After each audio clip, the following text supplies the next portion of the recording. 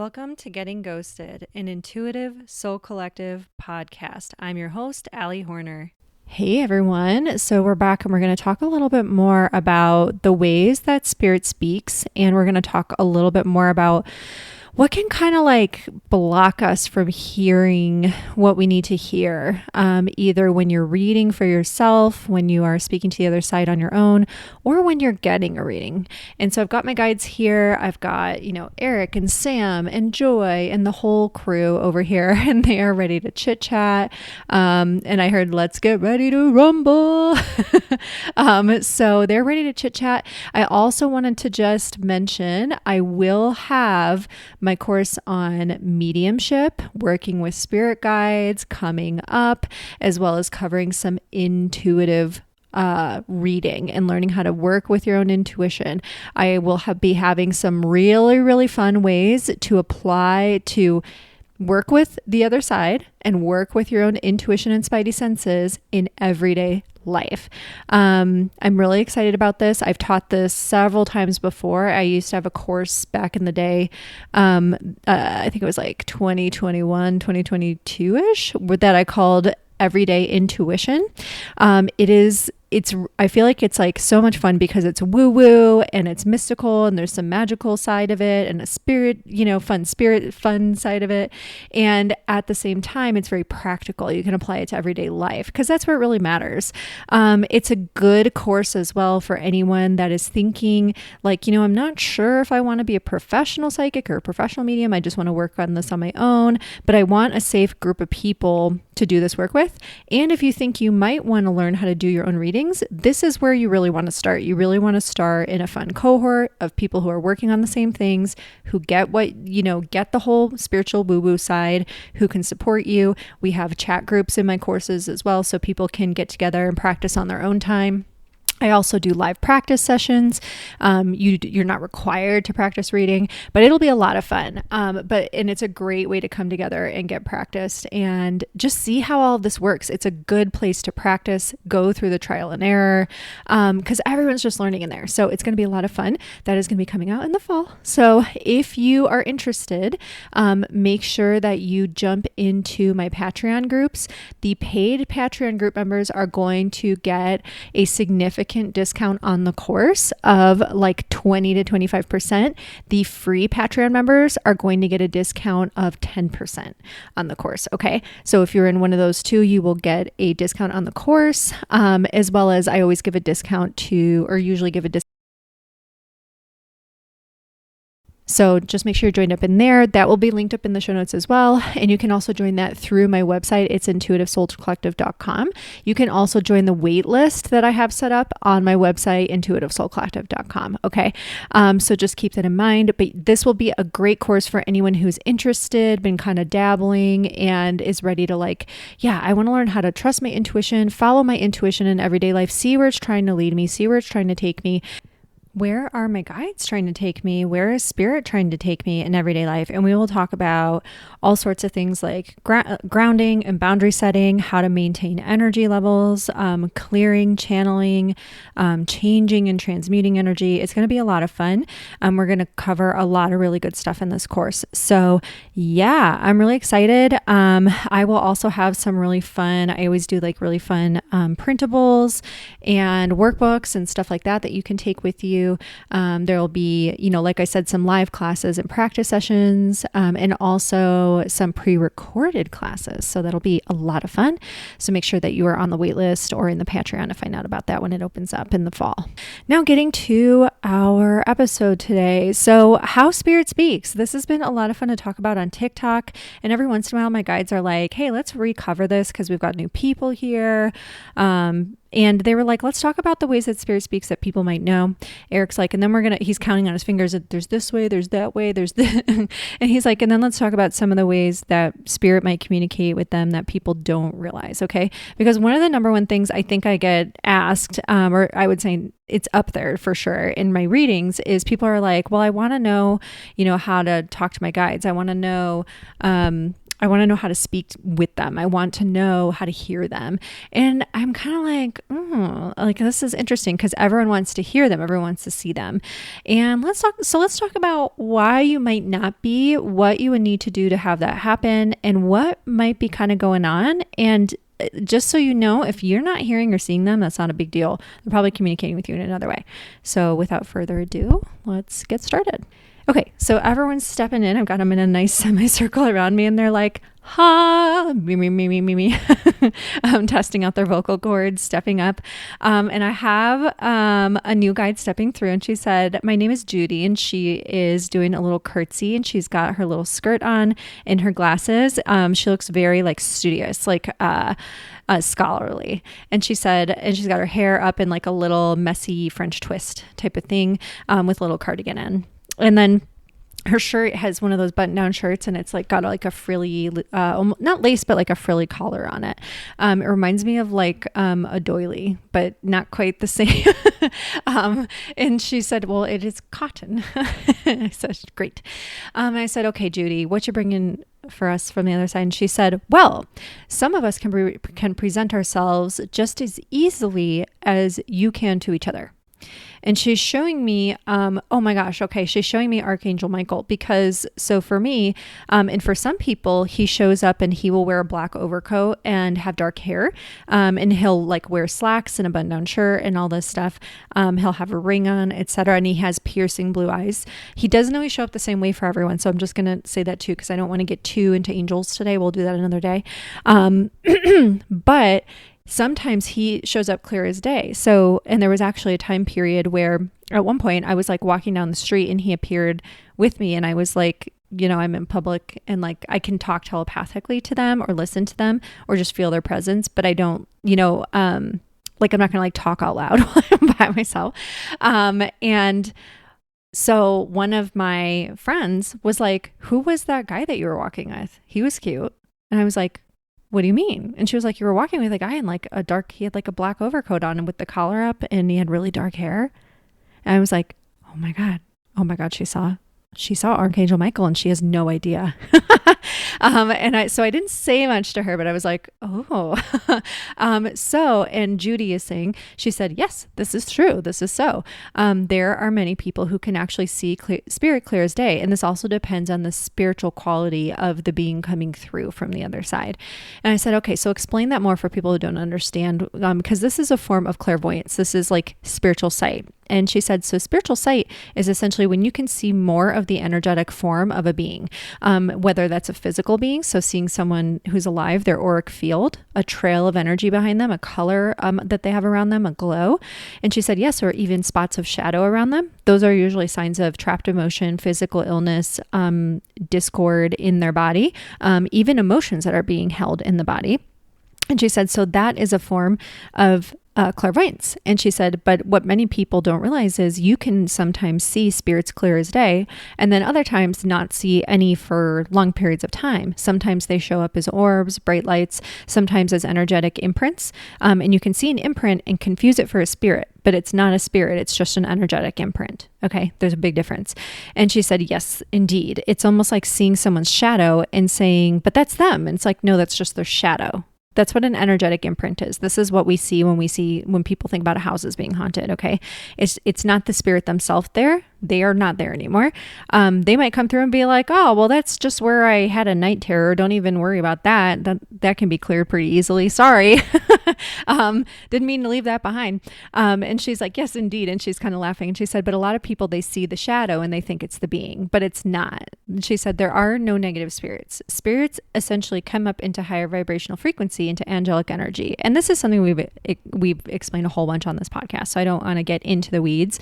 There are definitely previous episodes about this, and I can link them in the show notes for anyone who is new and wants to go back and listen to those as well. There's a lot of good stuff in the early phases of the podcast too about how this stuff works. And she said, now what I want to say as well is that sometimes people can pull through crisp, clear details on a spirit. And she said, for instance, Allie got my outfit. She's also getting a smell. And she said, I worked often in a classroom, and she's showing me the chalkboard so I could smell the chalk. I could smell a little bit of the must. And she said, I also was, she said, I worked in the school library. I was a librarian, the school librarian. And so she had a musty smell. And she said, also we had a lot of pure wool fabrics back then. It was much more common to have pure wool sweaters and cardigans and fabrics. So when we would dress up in things, we would have to clean them really nicely. She's showing having to buff her shoes and stuff. We had to take care of things. We had to expect them to hold for quite some time and to stay with us for quite some time. There was no fast fashion. And I said, so just to be clear, I'm seeing like sock hops and I'm seeing poodle skirts. And she said, oh yes, that was even a little bit more in my teen years, but yes. And I was like, okay, so I'm seeing like this 40s to 50s. And she said, yes. She said more, and I'm seeing more so the 50s for her. And so she said, so for example, some of you will pull through details. And she said, now, some of you who are listening, see if you're getting information about her before she starts to talk about herself, because sometimes that'll happen. You'll be like, oh my God, I can't believe I picked all that up. Like, you psychics. And so she's like, you psychics, you like, see, you're doing it. And she said, now there's some other things that I was very interested in and that I loved and adored. And she said, I want everyone to take a moment to pause and think like about what they're picking up that might be connected to her, to Judy. And she said, so these would be my favorite things that I carried in my bag, things that I would go home and be so excited to do, things that I would, try to do at school in between moments of children coming in to the library, etc. See if you can pick up some of that. And we'll give you guys a second, or you can pause this. Okay. And she said, so some of my favorite things, and she said, now you want to scan through your senses, right? So did you see the images? Did you get a smell? Did you hear it? Did you just know it in the back of your mind somehow? Like it just popped into your head as the same way a thought or an idea would? Did you get a visual imprint? Did you see it like a movie in your brain? Did you get a taste in your mouth? Maybe of something specific?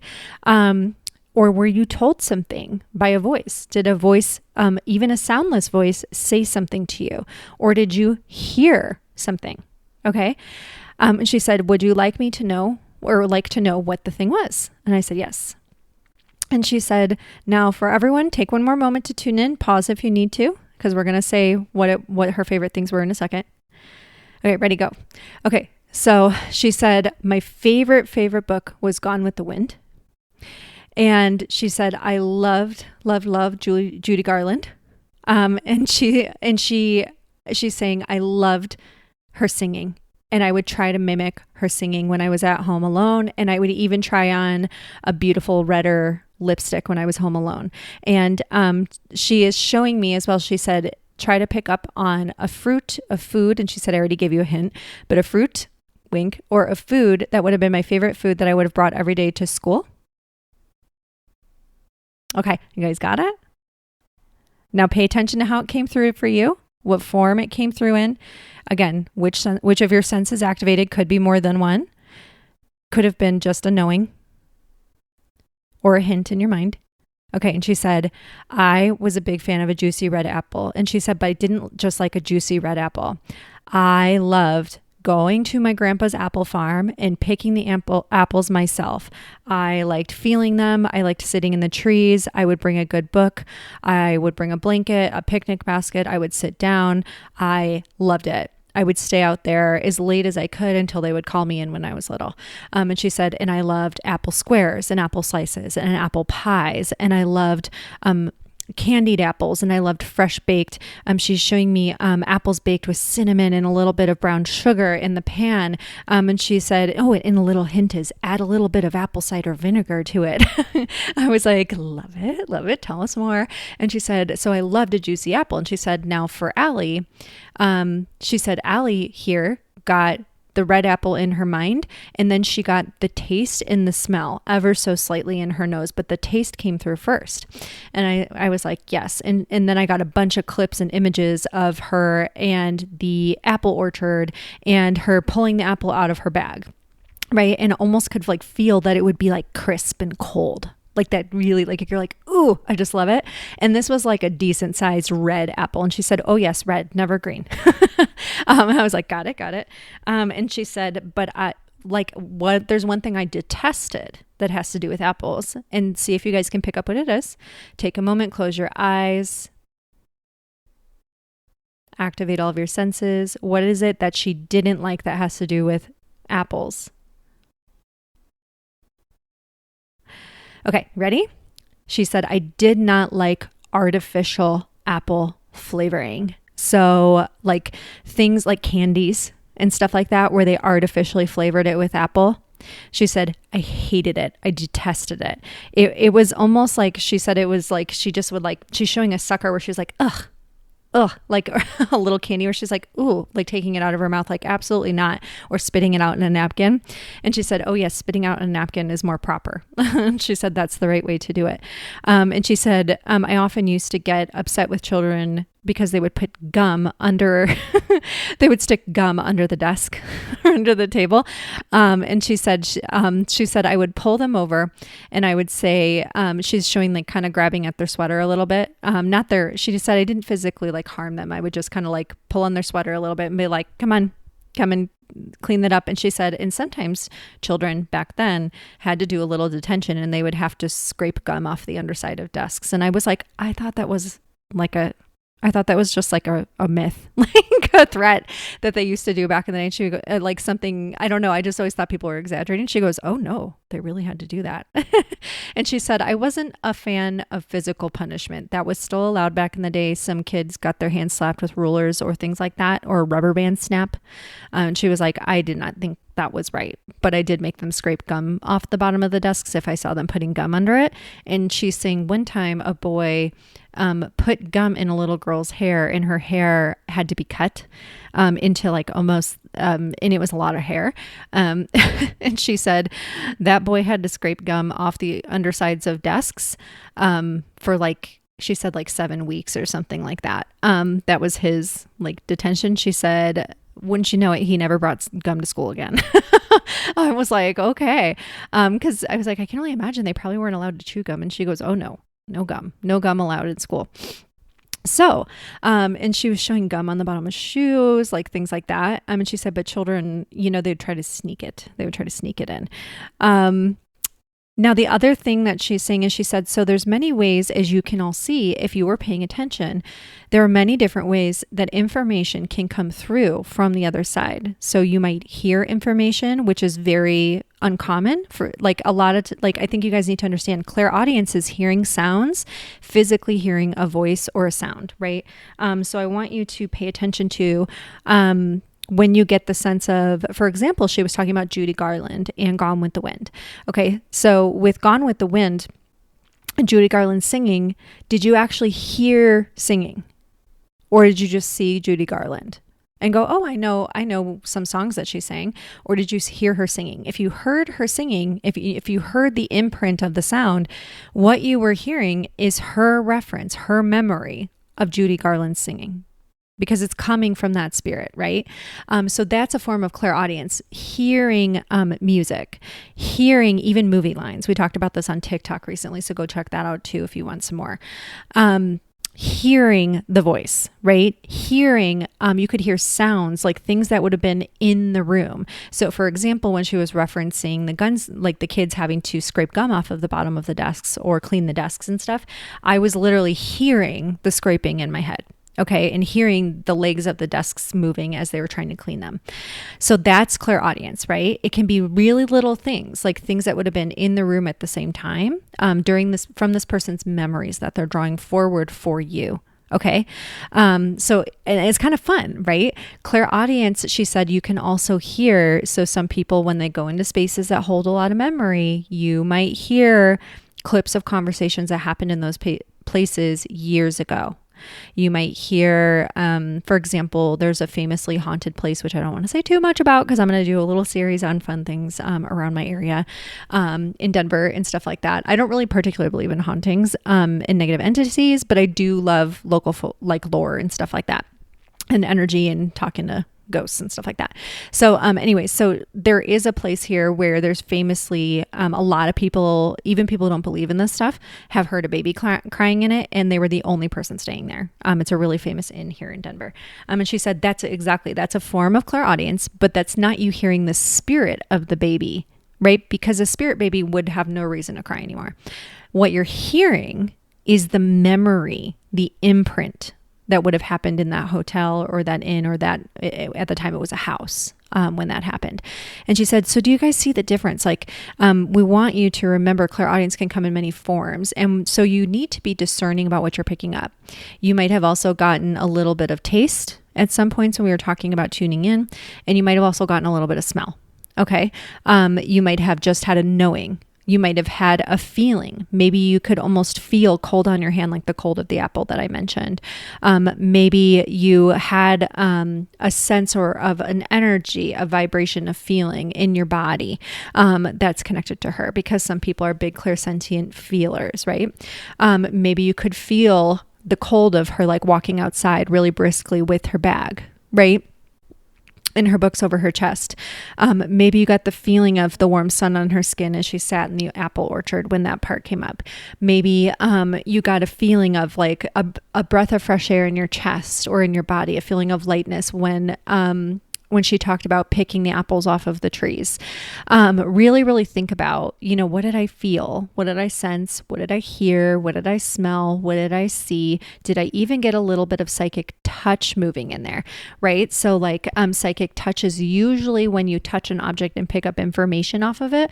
However, some people can get a really strong sense of touch where, for example, the apple, they might all of a sudden have a feeling of their hand, like almost like, even though they're not physically holding an apple, like they could have sworn it, they just held it in their hand, right? Like they're like, wow, that's wild. So it can be a little more visceral, right? It can be a little bit more tangible. And also with psychic touch, often that is usually though someone touching a physical item that's here and then picking up information off of it, or it helping to create that connection with the other side. So I just wanted to mention that too. So now with connection to spirit, it's all about what you are comfortable with opening up in terms of your psychic senses. And it's also all about that spirit that's coming through.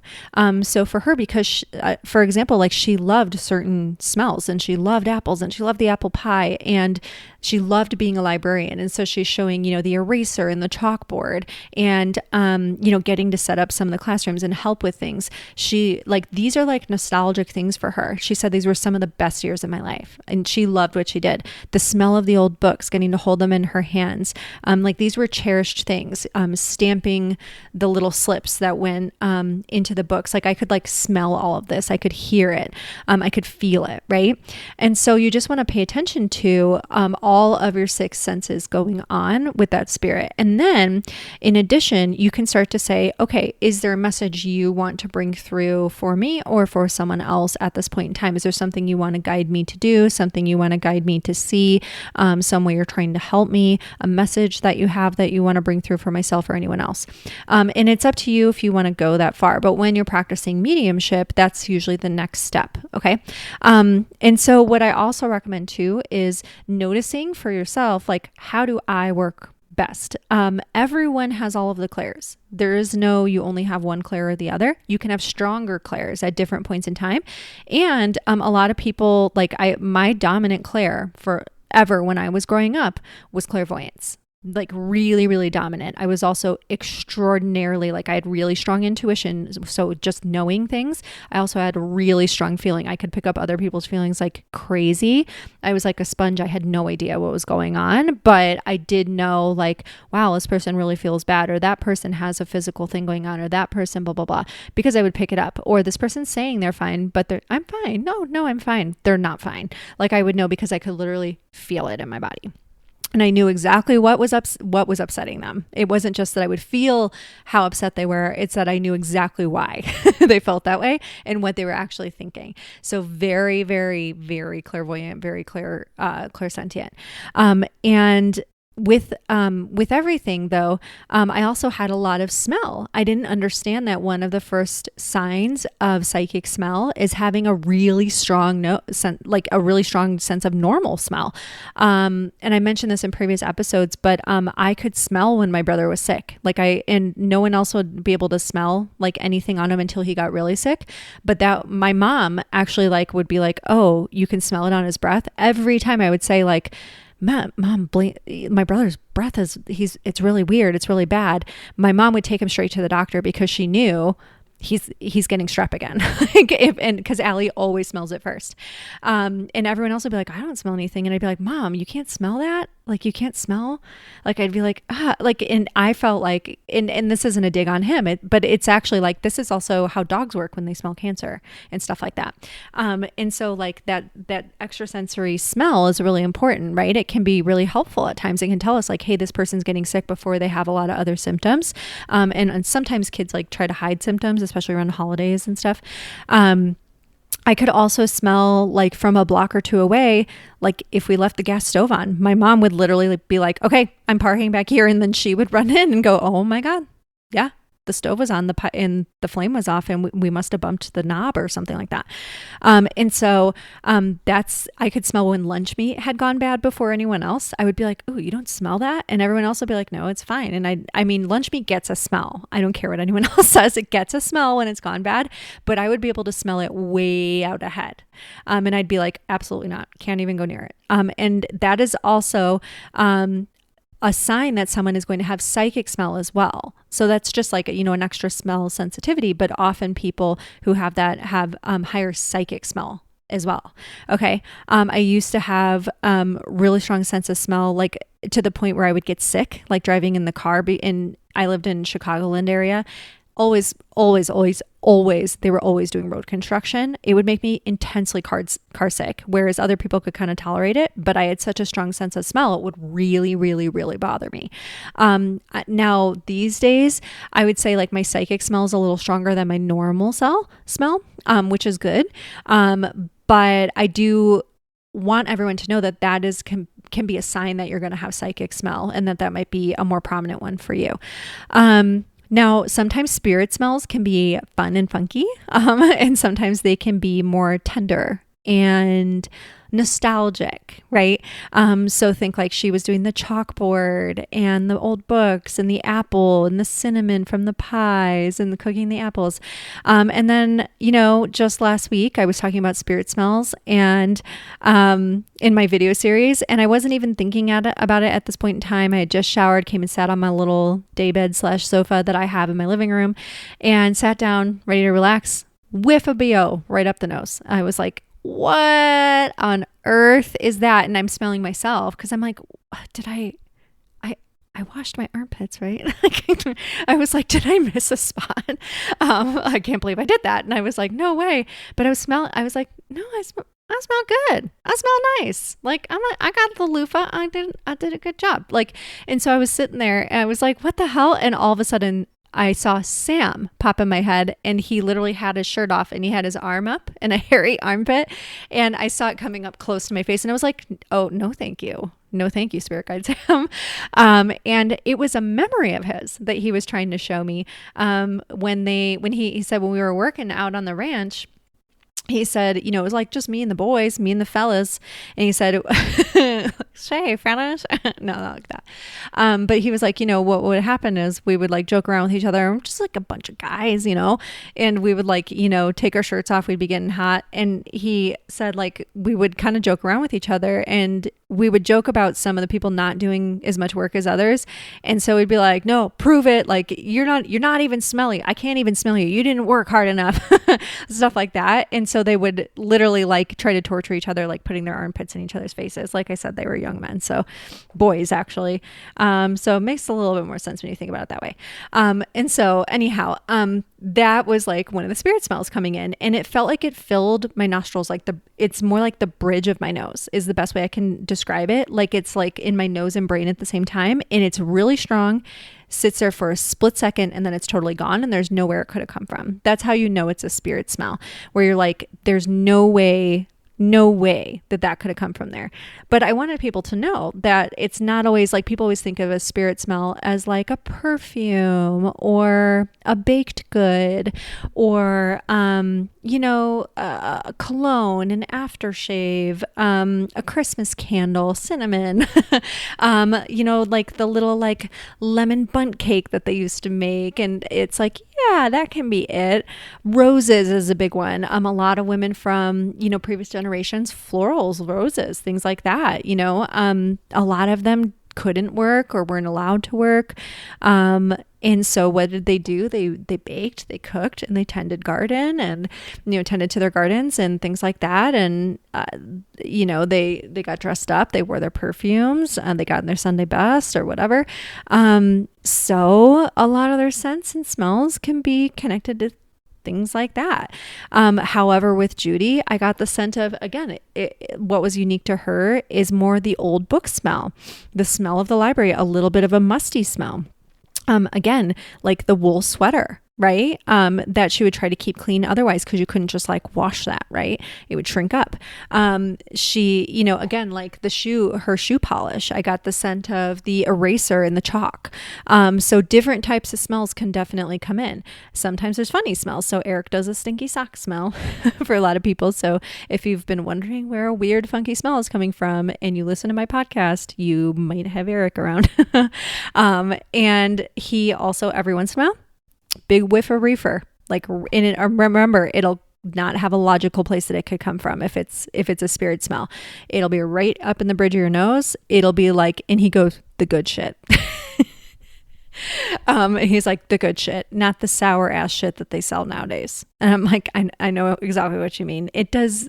Yeah. I won't get into that conversation, but he's like, it'll be like right up there, right in the bridge of your nose, where you're like, okay, I know I'm in a place where no one could be smoking that. I don't have that, on me, whatever it is. There's nowhere that could have come from. And remember, if it's a smell from something else that's in your physical environment and it's not from spirit, it's going to linger in the air. Okay. So for example, the place I used to live in, the landlord, love him, great guy. But he used to work out of the basement of that apartment, or house sometimes. He had like his little office in the basement. So, and he smoked cigarettes. And so sometimes there was one closet where I would open the door and I would get a whiff of cigarettes in there, and I'd be like, oh, he must be over here doing something, because it would come up through the vent that happened to be in the closet. So not a spirit smell, right? But if I hadn't known that he smoked cigarettes, I probably would have been like, where could this even be coming from? Right? So your mind can kind of like take things and run with them, and you got to be a little bit mindful. And sometimes it takes a little bit of investigation too. Now, the next part is with clairaudient hearing. So now remember, a lot of clairaudience is actually pretty rare. A lot of people don't want to hear voices talking to them. It's not always very comfortable. A lot of people get worried about being able to control it. So it's not one of the predominant clairs. A lot of people do hear music, movie lines, singing, humming, favorite songs, sounds from the person's lifetime. It could be you hear, let's say someone's dad came in once, and you know how there's a lot of fellas love taking care of their lawns. Immediately riding lawnmower, weed whacker, hedge clippers, the sounds came in just as much as the images came in, and I got the smell of the fresh cut grass, and I got this, I could hear the rain, and I could see him standing on the porch with his hands on his hips and his cup of coffee. I could smell the coffee. I could feel at the same time a deep sense of satisfaction in this stuff. It was like I could feel how he felt. I could feel that he was so satisfied taking care of everything. And she goes, we could not pry that man off the front lawn. He just loved his lawn. He loved the weed whacker. And she was like, he used to stand right on our front porch, and it was hand on one hip, cup of coffee in the other one. And he would just stand there. His coffee would be going cold, and he'd be standing there sipping that coffee. It was like he was just glued into that position. He loved when it would rain. He would stand out there and watch it. I was like, yeah, that man loved that lawn. And it gave him this sense of he was taking care of something. And so that's another example of the senses coming and mixing together. And with that clairaudience, it wasn't about hearing him talk. And he did give me messages. It was more telepathic without sound. But the clairaudient piece was all of these favorite sounds from his life. So that's another example of that. In terms of, I want you guys to pay attention to taste too, because taste and smell often go together, just like when you're eating food. So you're likely and often going to get them together. Another interesting one with spirit taste is that it can be good taste and bad taste. So keep that in mind too. It also can be where you get a craving for something all of a sudden. So that's spirit taste a lot for me, is all of a sudden I'll crave pepperoni pizza. I don't really love pepperoni pizza. I mean, it's good, but it's like not something I crave on my own. When that comes in, I know Eric's hanging out because I'm like, Eric. And then there is one reading that I did for a friend a long time ago. We were just kind of like reading for each other just for fun to practice. And she said, can my grandpa come in? I was channeling a whole bunch of messages from him. And she was like, this all makes sense. It's, like confirmed everything. And then we were kind of going about our days. And I was like, I got to get going. I got to get up to the mountains. And as I was driving in the car, I had this absolute strong urge to stop at a diner on the way up. Like I had to go. I had to have a piece of plain toast with butter and just white bread, basic white bread, like Wonder Bread, with butter and a cup of black coffee. I don't drink my coffee black. I don't go out of my way to eat plain toast with butter. Like, it's not something, these are not things I normally think about. I love coffee, but not black coffee. And so, but I had to stop at this place on the way. Like I had to stop at this diner, a couple blocks from my house. So, I went in there, ordered the toast and the coffee, and the waiter was kind of looking at me a little funny. Like I could tell that he was thinking like, this is such a grandpa thing to order. And all of a sudden I took one bite out of the toast, had a sip of the coffee, and I was like, ooh, okay, that went away really fast. I was like, this isn't, that was good for a split second, but now it's gone. And all of a sudden I went, oh my God. Oh, I know what just happened. And texted my friend and said, hey, did your grandpa, just by any chance, did he love like sitting at a diner and the toast and the coffee and all that? And she was like, oh my God, that was his Sunday ritual. Every Sunday, diner near the house, white bread, butter. And he would sit there, spread the butter on. It was like his favorite thing, cup of black coffee. I was like, yeah. You'll never guess what just happened. And she was like, oh yeah, that's definitely him. And so that was another thing too, is that like, since I was doing the reading for her, that was another confirmation for her that it was definitely him there. Cause those are not things that I would normally eat or crave, right? Or go out of my way for. So that can be something as well with the spirit taste, is like craving a food that's kind of abnormal for you out of nowhere, to the point where you're like, I have to go get this. I have to go get this. I have to go get this. I cannot stand it anymore. And Eric sometimes jokingly says, we vicariously live through you. So sometimes I'll crave something, I'll start making it, or I'll go out and order the piece of, pepperoni pizza or whatever. And Eric will stand there and he'll go, like jokingly, like he does the thing where you wave the smell of the scent of something up to your nostrils. And I've gotten the same thing that came through about someone's dad with the Sunday pasta sauce. And so that I'm going to write about in one of my next Substack articles, where I'm sharing stories about my different readings and things that come through from the other side. So subscribe to my Substack for more of those in depth. So those are everything. And then of course we have claircognizance, which is a clear knowing. Now this one, for most people, this is a really common one. This is a big way that spirit communicates that people just miss a lot when they're not really, used to communicating with the other side. So ideas that pop in your head out of nowhere, things that just come in and there's no logical reason for them to be coming in, almost like as if it's an answer to a question or a continuation on one of your own thoughts, right? Hits of inspiration that come up, right? Where you're suddenly like, I really feel like I want to go do this. So that's part of like me going to the diner, a hit of inspiration, a strong a knowing I needed to go there for no other logical reason. But it also happened to happen right when I had just been reading for a friend, right? Sometimes it will be like I just know something about someone, or I just know something without any logical reason for knowing it, right? About a subject, about a person, about a place, about a thing, etc. So think about the kids who are really connected to the other side, and they know exactly where someone's buried, what year, how old they were when they died, how they died, etc. That can be claircognizance. So it doesn't come through as though a voice is telling you, or as though you're having a telepathic conversation or seeing anything about it in your head. It comes through as though you're just like, well, I don't know, all these things are just popping in my head. I don't know how I know them. I just know them. Okay, so that's claircognizance as well. Okay, and spirit can send those things to you. They often show it to me as though they're sending paper airplanes. Like, here you go. Here's the next one. Here's the next one. Or as though it's like a game of telephone, right? And it's like you're plugging in the telephone line, line, except there's no like talking back and forth. And they said, think about it like, it would be a little bit more akin to someone, using a telegram because there's no sound, right? I was asking them, I was like, what else do you guys want me to cover? And they're like, clairsentience, of course. And I'm like, all right, we missed that one. So sensing and feeling, I think I talked about it for a minute earlier, but getting a sense. So like with the one gal's dad mowing the lawn, the feeling of satisfaction, right? Deep satisfaction. Another example is how they feel about their family or about certain things now. You might get a feeling in your body when they come in. You might feel unconditional love in your heart, pride, and a feeling of love and beauty and appreciation so deep that it's like you feel like you're going to burst into tears. That happens a lot with spirit. A lot of people cry when they start to connect with someone on the other side, especially when you're newer to it. It's really common to cry, and it doesn't feel like bad crying. It feels like joyous reverence, appreciation, unconditional love. We're not always used to feeling all those things all the time. Our baseline as humans tends to be a little low.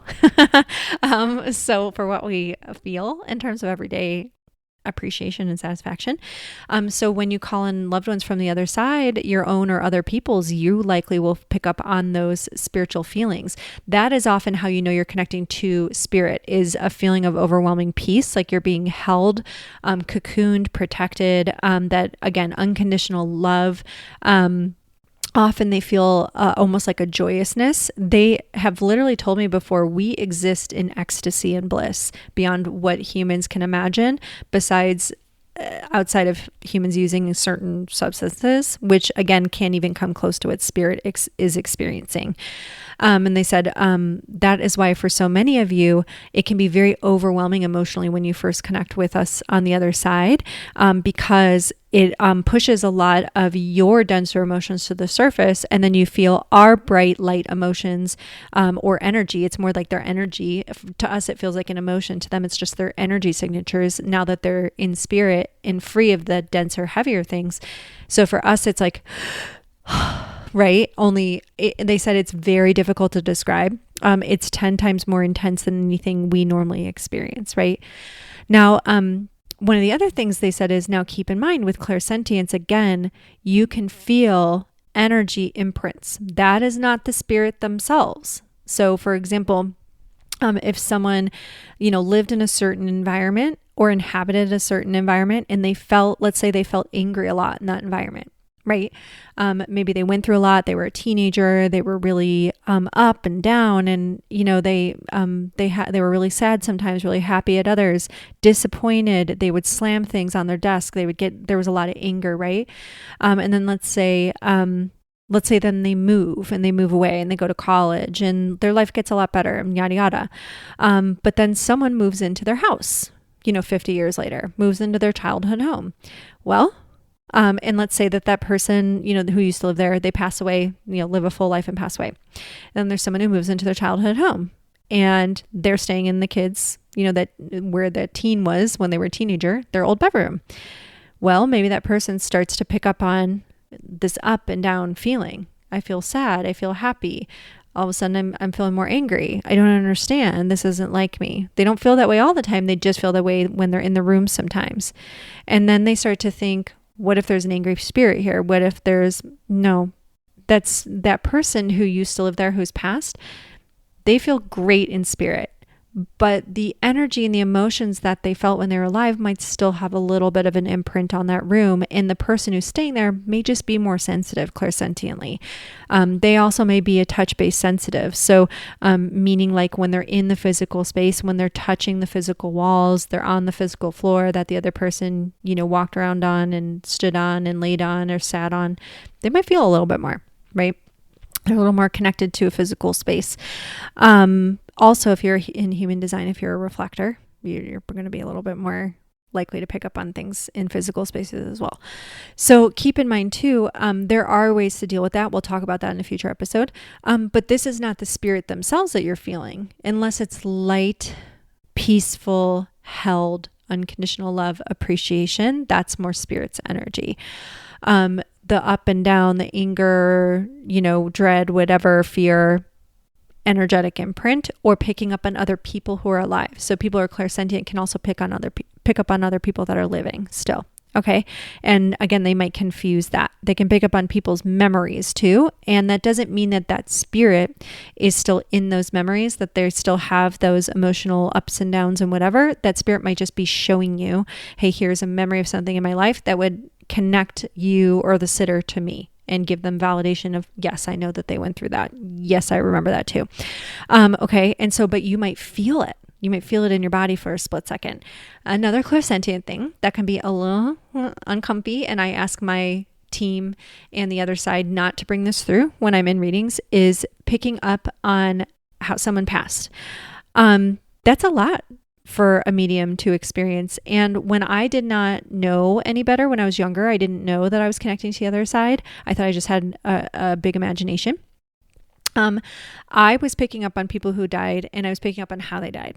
And it wasn't scary. It was more just emotional. I would see images sometimes. Often I would feel the grief of the people around them who were mourning them. And I did not understand that. When I first started connecting to the other side consciously, I was connecting to someone who was well known, who had passed, several people who were well known actually. And like one of them was Robin Williams. There were a couple of others. And I actually, because these were big beloved public figures, right? Think about that. There's tons of people who are grieving them. I picked up on the collective grief around that happened because of their passing. And I wasn't picking up on the spirit themselves, right? When their actual spirit would come through, like when Robin's spirit would come through, I would feel tenderness and love and joyfulness and playfulness and excitement, right? I would feel that entertaining quality to him. Often he would be very tender actually with me, and very sincere at times, and hold a lot of that space. But I would often feel like I wanted to giggle when he came in. He would bring in that light, bright, free, peaceful energy. But I also would burst out into tears because I would feel other people's grief about his passing. And I did not know that you could do that. Okay, so that definitely can happen. That does not mean you're picking up on that spirit's energy. You're picking up on what? Other people's feelings about their passing. Okay. So when you're doing readings, this is something to be aware of as well. Just because sometimes when you're doing readings, something that's really important is you have to differentiate the sitter or the person you're reading for, their grief, from the spirit. Right? And from the person that they want read. It's important that you also have emotional boundaries with the people that you're reading for, and you can ask spirit to help with that. And I also we'll teach how to differentiate, how to protect yourselves, how to ground, how to not pick up on the person, because you want to be reading from spirit, not reading the person when you're in a mediumship reading. Okay. We'll talk about all that. Anyone can learn it. This is not, these gifts are only for people who, it runs in families. Bull fucking shit. Sorry, but it is. Anyone can do this. Everyone can do this. It's just a choice of if that's something you want to really learn and acclimate to. Okay. So clairsentience has so many different ways it comes through: emotional quality, sensing, vibration. But what I've noticed with emotion when it comes from spirit or when you're clairsentient is it hits you in your body first, and then your brain is trying to make sense of it. Right? Your brain, it's really important that you don't tell a story around what you're feeling before you have talked to spirit or gotten some other validation or confirmation. So make sure you're not telling a story about what you're seeing, sensing, feeling, hearing, etc. We'll talk about that more in the course too for anyone that's interested in taking it. Because that's where people can get really off track with when they're practicing mediumship and readings, is like they start to interpret things, and often they interpret them the wrong way. Okay. So think about it like a puzzle. You have all the pieces. It's important you don't try to jam them into places that they don't go, right? Where they don't fit. So with clairsentience as well, we can also get body sensations, which is really important to understand about spirit as well. So you might get chills down the spine, like when I went to the Molly Brown house recently, which I'll talk about soon too, and all the fun spirit scavenger hunts they're taking me on. You can feel chills down the spine, chills down the arm, I know someone who gets a feeling of electricity on the top of his thighs. You can get a pit in your stomach or a feeling in your stomach. You can get a feeling in your chest, like the heart expanding and opening feeling. That's definitely very much spirit, often right there in the chest. Sometimes you might have a little bit of a feeling in your throat.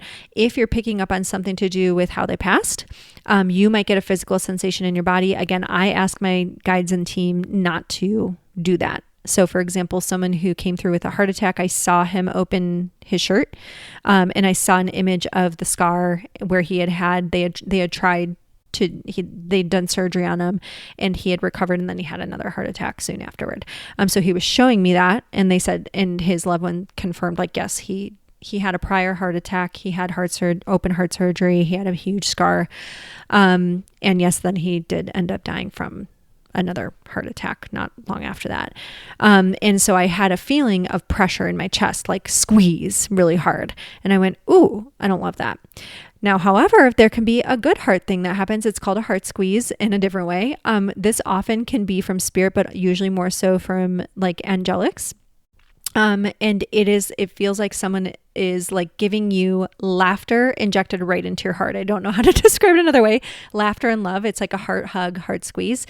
It feels so fun and bubbly that usually people burst out laughing and crying at the same time when it happens. And it's like a feeling of almost like sweet relief at the same time. Like the song that comes to mind to describe it is the song Sweet Disposition, where it's like sweet disposition, ba-da-da-da-da, da-da.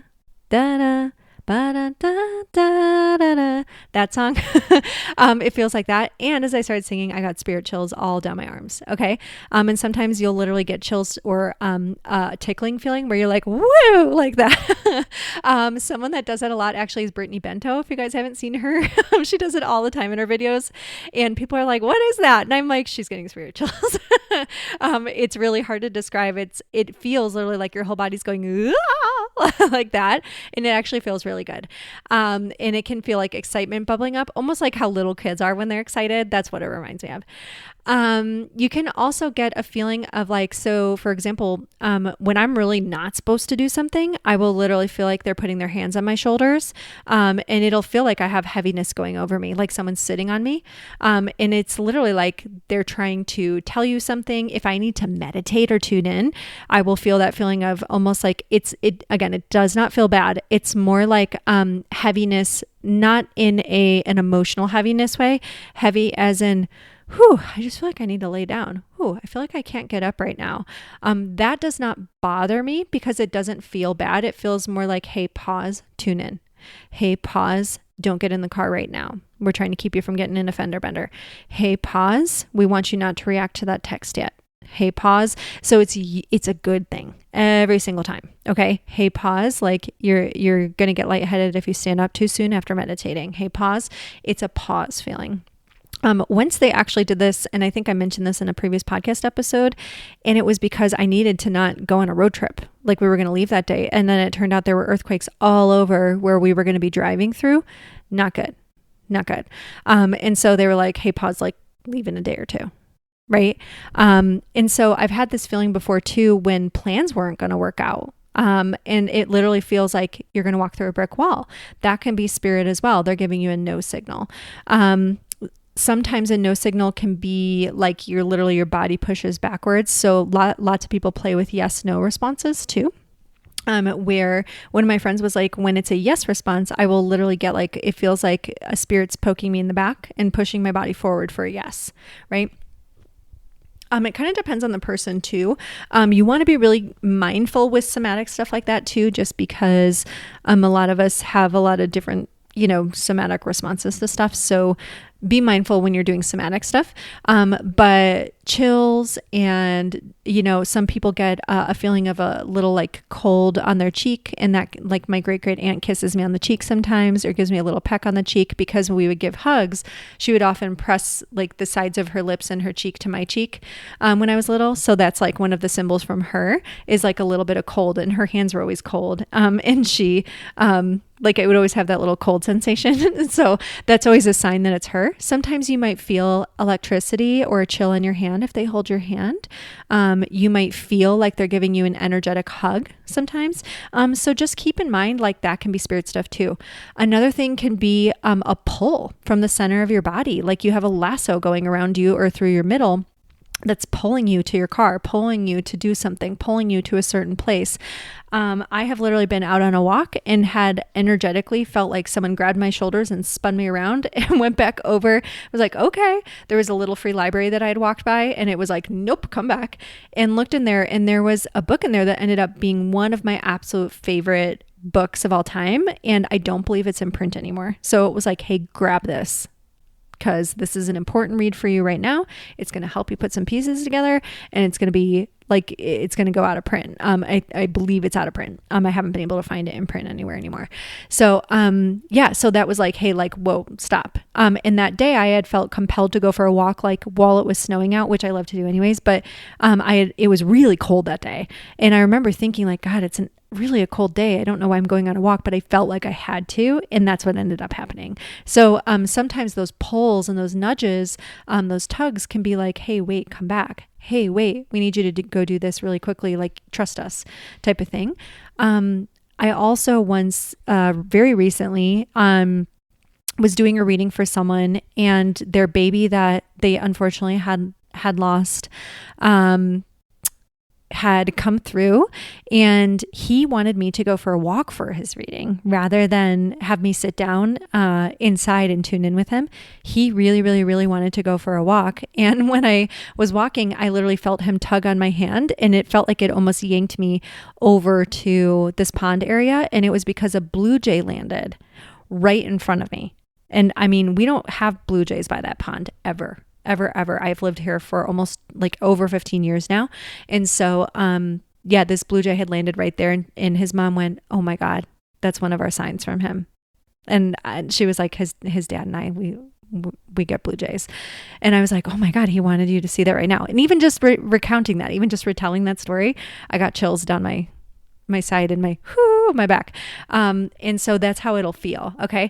Now people get different feelings and sensations though for different things. So you want to pay attention to your own. Something else that can happen as well that people don't realize is a buzzing feeling inside of their body when spirit is around. Because it's a lot of high energy. People don't always realize you can get heart flutters. You can get, now I don't always talk about heart stuff because if you have heart things or if you're concerned, you should get checked out. We don't want to ignore medical things or potential medical things here, but heart flutters can be a thing from spirit, as can a little bit of like a buzzing feeling in your body. That can be spirit energy as well. Even a feeling growing in your solar plexus can be spirit energy too. And them kind of like coming through because their energy is higher and brighter and higher vibration than ours. Whereas we're kind of like in that density more so. Okay. Sometimes people get a little spacey. That can be spiritual energy as well, especially if you're ungrounded or just not used to it. And we'll talk about how to deal with that and how to work on your practices in our group. But yeah, so there can be a lot of like really cool different practices. Again, things like cold spots, hot spots, usually cold spots, electric spots, walking through a cold spot out of nowhere. Totally can be spirit if there's no other logical explanation. That's not weird at all. Okay. I'm going to do a part 2 on other ways that they communicate that don't come through our 5 senses and don't come through our deep listening tool of the physical body in energy form. But if you have questions so far, if you want to send in your stories, I'm going to be doing a listener episode this upcoming month on your spirit stories and chills and all the ways that they've connected with you, questions that you have about how they're connecting. So please send them in. You can send them in at intuitivesoulcollective.com. I will do a part 2 on other ways that they're communicating with you in the next episode. I hope you guys enjoyed this.